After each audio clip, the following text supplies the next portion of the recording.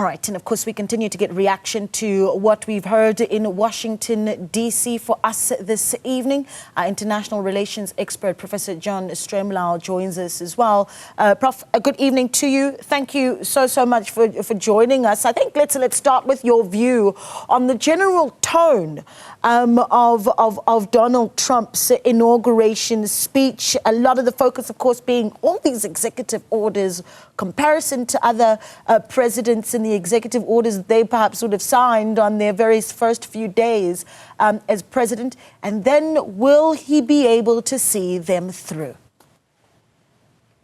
Well, there's a difference between what Donald Trump says and what he can actually accomplish. And if his first administration was indicative at all of anything, the only serious piece of legislation he successfully passed was to lower the cost of taxes for the very rich, and gave a few sops to the majority of the folks.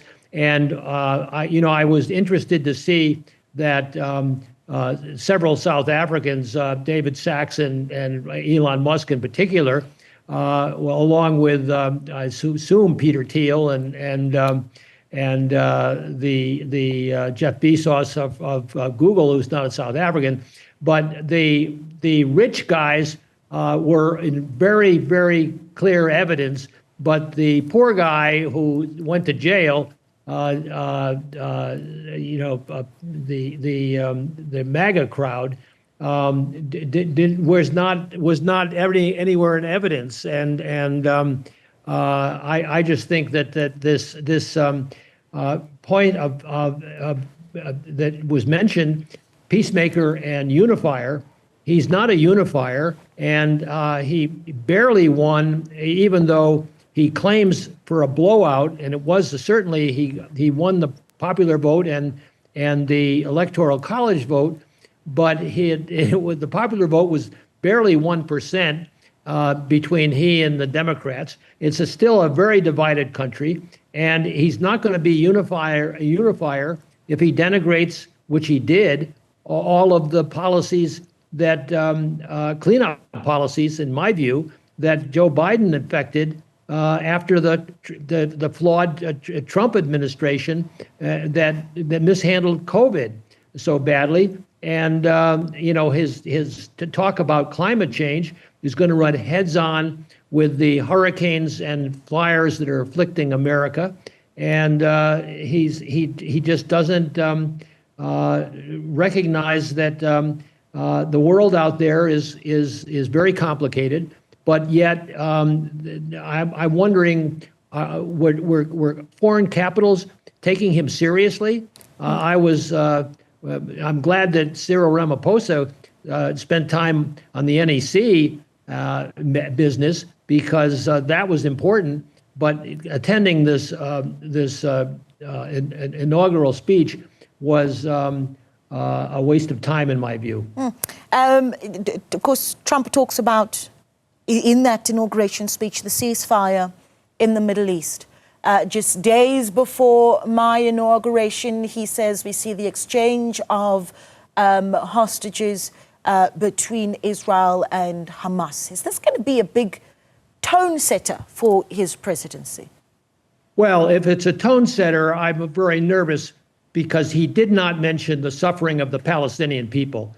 You know, there were a few hundred hostages, which I don't condone the Sinwar's attack of last October, but at the same time, the disproportionate response that killed an estimated 46,000 Gazans and destroyed every building and house and hospital in that little territory.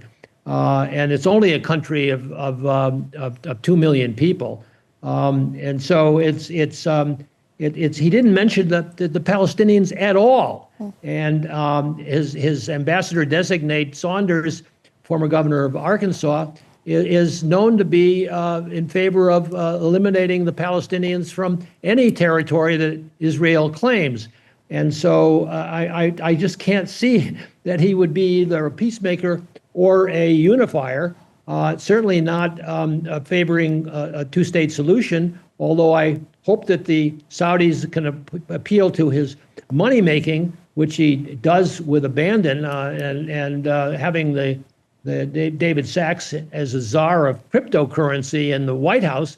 It's a new world out there of finance and oligarchs, billionaires in the cabinet.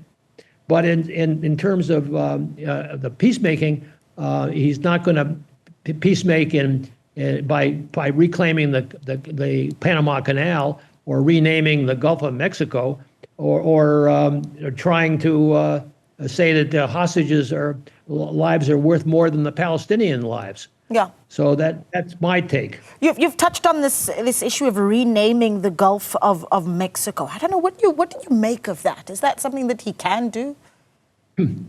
Well, I don't think that people would go along with it, but nevertheless, he would claim he could declare it, and then is he going to deploy ships to enforce it? I don't know, but and whether that's even necessary. But the immigration is complex, and Biden was trying to be more humane toward the families that would be separated. But there's also an economic consequence. Who's going to rebuild the damage that was caused by the fires that are probably climate related, by the way, or the hurricanes in the Carolinas that cause such damage?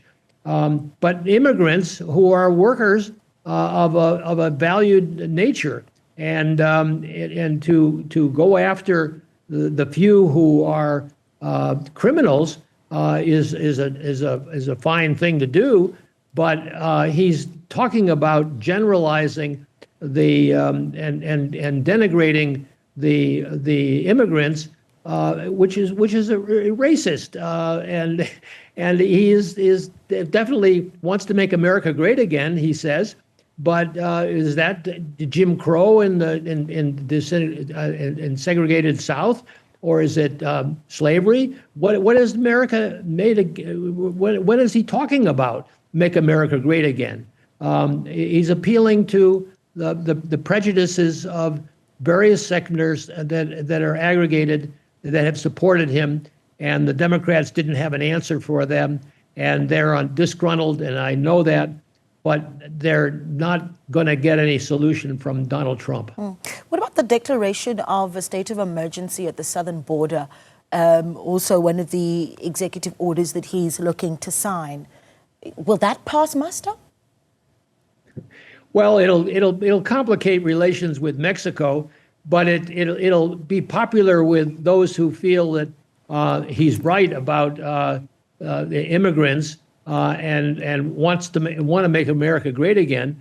But the same thing as with regard to a man and a woman being the only genders that are going to be recognized. Why cause really offense to those who have their sexual preferences challenged? They come on. We're a land of the free, supposedly, and he's impugning a top-down view of sexuality that is contrary to the way the world works. And the resolutions that the women passed overwhelmingly at the state level against some of the anti-abortion measures that were in place are symptomatic of the citizenry feeling strongly about certain kinds of issues, and that's again an illustration of it. Yeah. Well, we do appreciate your time, Prof. This is certainly going to be a conversation that continues over the next few days, I imagine. We appreciate your time, though. Professor John Stremlau is Honorary International Relations Professor at Wits University, giving us his reaction to Donald Trump's inauguration.